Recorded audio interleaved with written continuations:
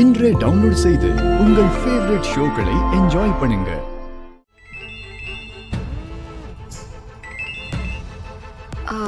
சொல்லுங்க டாக்டர். மித்ரா எங்க இருக்க? வீட்ல தான். நான் சந்தேகப்பட்ட மாதிரியே பாரதி என்னை தேடி வீட்டுக்கு வந்துட்டா.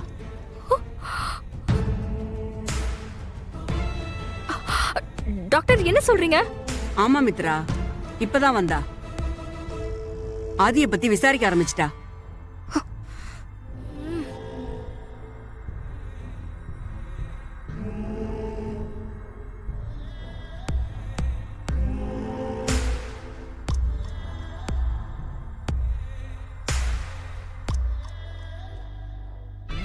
இனிமே என்னால எந்த பிரச்சனையும் வராதுன்னு சொல்லிட்டு போயிட்டா. அவ பிரச்சனை பண்ணுன்னு நினைச்சா கூட அதெல்லாம் நடக்காது டாக்டர். அவளால ஆதி கிட்ட உண்மையை சொல்லவும் முடியாது, என்கிட்ட இருந்து ஆதிய பிரிக்கவும் முடியாது. கடைசி வரைக்கும் பாரதி தான் ஆதியோட பொண்டாட்டின்னு ஆதிக்கு தெரிய போறதே இல்ல. நான் அதை தெரிய விட போறதும் இல்ல. அவளெல்லாம் நான் டீல் பண்ணிக்கிறேன் டாக்டர். நீங்க ரிலாக்ஸா உங்க ஃபேமிலி வேலையை பாருங்க. ஓகே மித்ரா, பாத்துக்கோ. பாய். மித்ரா எங்க? இன்னும் சாப்பிட வரல? வரலையா? மித்ரா, மித்ரா,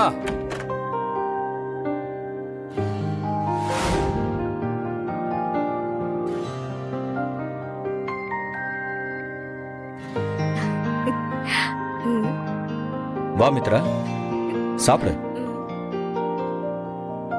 நீங்க சாப்பிட்டீங்களா பாரதி? நீங்க சாப்பிடுங்க மேடம், நான் அப்புறமா சாப்பிட்டுக்கிறேன்.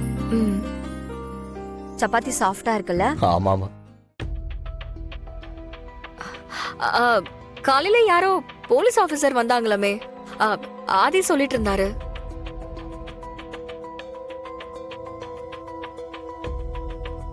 சாப்பிடுற நேரத்துல எதுக்கு எதையாவது பேசிட்டு இருக்க? ஃபர்ஸ்ட் சாப்பிடு மித்ரா. அப்படிலாம் என்னால ஈஸியா எடுத்துக்க முடியாது அண்ணி. அந்த குழந்தையோட மனசுல எவ்வளவு வலி இருந்தா போலீஸ்க்கு போன் பண்ணி அப்பாவை கண்டுபிடிச்சு கொடுங்கன்னு சொல்லிருக்கோம். என்ன பண்றது மித்ரா? பாரதி இந்த விஷயத்துல ரொம்ப பிடிவாதமா இருக்காங்களே. அதுக்கு பேரு பிடிவாதம் இல்ல சார், என் தலைவிதி.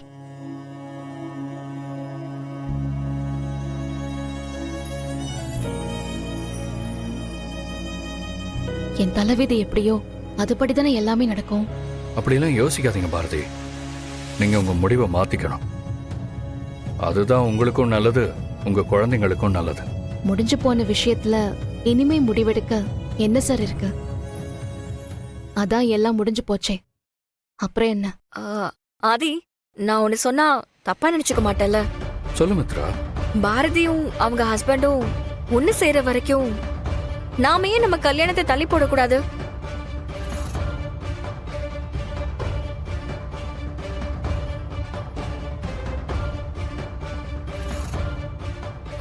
இல்ல, அவங்க இப்படி சந்தோஷம் இல்லாம இருக்கும்போது நாம மட்டும் கல்யாணம் பண்ணி சந்தோஷமா இருந்தா அது நமக்கு உறுத்தலா இருக்காது? ஏய் மித்ரா, என்னமா அவ கூட பிறந்த தங்கச்சி மாதிரி பேசிட்டு இருக்க? எடுக்கிறது பிச்சை. இது திருவோடு தங்கத்துல இருந்தானே தகரத்துல இருந்தானே, பிச்சை பிச்சை தானே.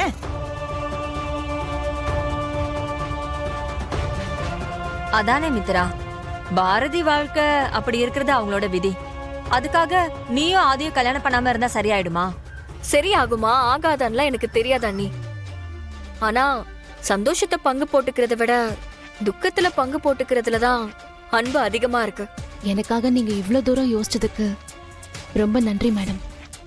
ஆனா எனக்காக நீங்க கல்யாணம் பண்ணிக்காம இருக்கிறதெல்லாம் வேண்டாம் மேடம்.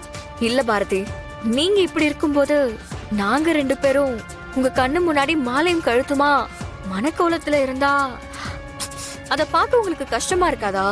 ஏய், அவங்க ஏன் கஷ்டப்பட போறாங்க? நீ என்ன அவங்க ஹஸ்பண்டையா கல்யாணம் பண்ணிக்க போற? ஆதியை தானே கல்யாணம் பண்ணிக்க போற?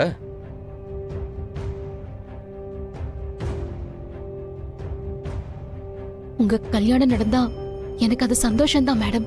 அப்போ எங்க கல்யாணத்தை நீங்களே முன்னாடி நின்னு பண்ணி வைப்பீங்களா? பண்ணி வைப்பேன்.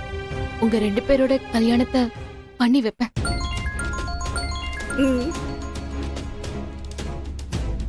ஒரு நிமிஷம். 2 minutes வந்துடுறேன்.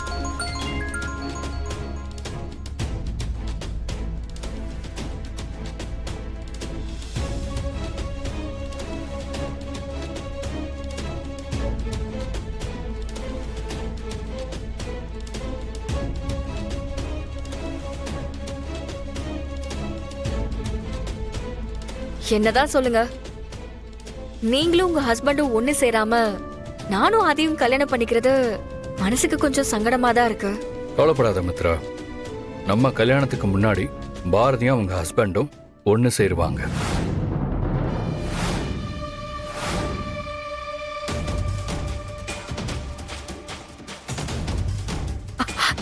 எப்படி அது சொல்ற? அது அப்படித்தான். பாரதி சொல்ற மாதிரி அவங்க விதிப்படி அப்படிதான் நடக்கும்னு தோணுது. ஆதி, ஸ்வீட் சாப்பிடுறியா? என்னம்மா, இப்பவே சந்தோஷத்தை கொண்டாட ஆரம்பிச்சிட்டீங்களா? பின்ன நீ சொன்ன வார்த்தை என்ன சும்மாவா? என் மகளும் என் மருமகனும் ஒன்னா சேர்ற நாளுக்காக தான் நான் காத்துட்டு இருக்கேன். நானும் அதுக்காகதாம்மா காத்துட்டு இருக்கேன். ஒரு நிமிஷம் இரு, நான் ஸ்வீட் எடுத்துட்டு வரேன்.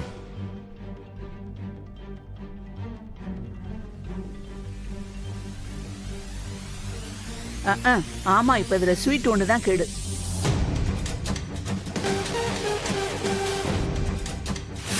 டேய் தம்பி, தம்பி போகாதீங்கப்பா, இருங்கப்பா. அப்பா, உங்களை எனக்கு ரொம்ப பிடிக்கும்பா.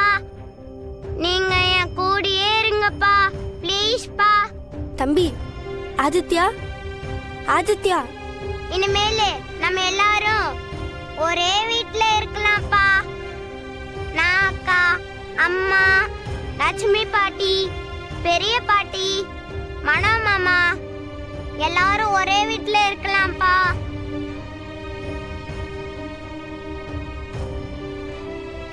நீங்க திரும்பி போயிட்டா அம்மா அழுவாங்கப்பா.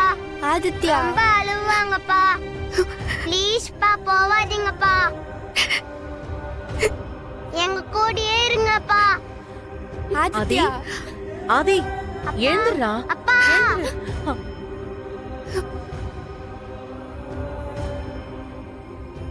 என்னடா தம்பி, கனவு கண்டியா? ஆமாக்கா. என்ன கனவு? அப்பா கனவுல வந்தாருக்கா.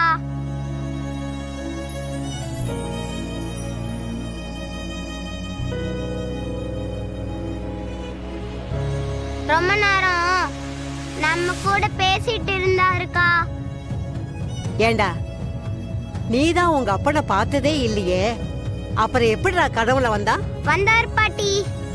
எனக்கும் அக்காவுக்கும் பொம்மை வாங்கிட்டு வந்தாரு, சாக்லேட் வாங்கிட்டு வந்தாரு.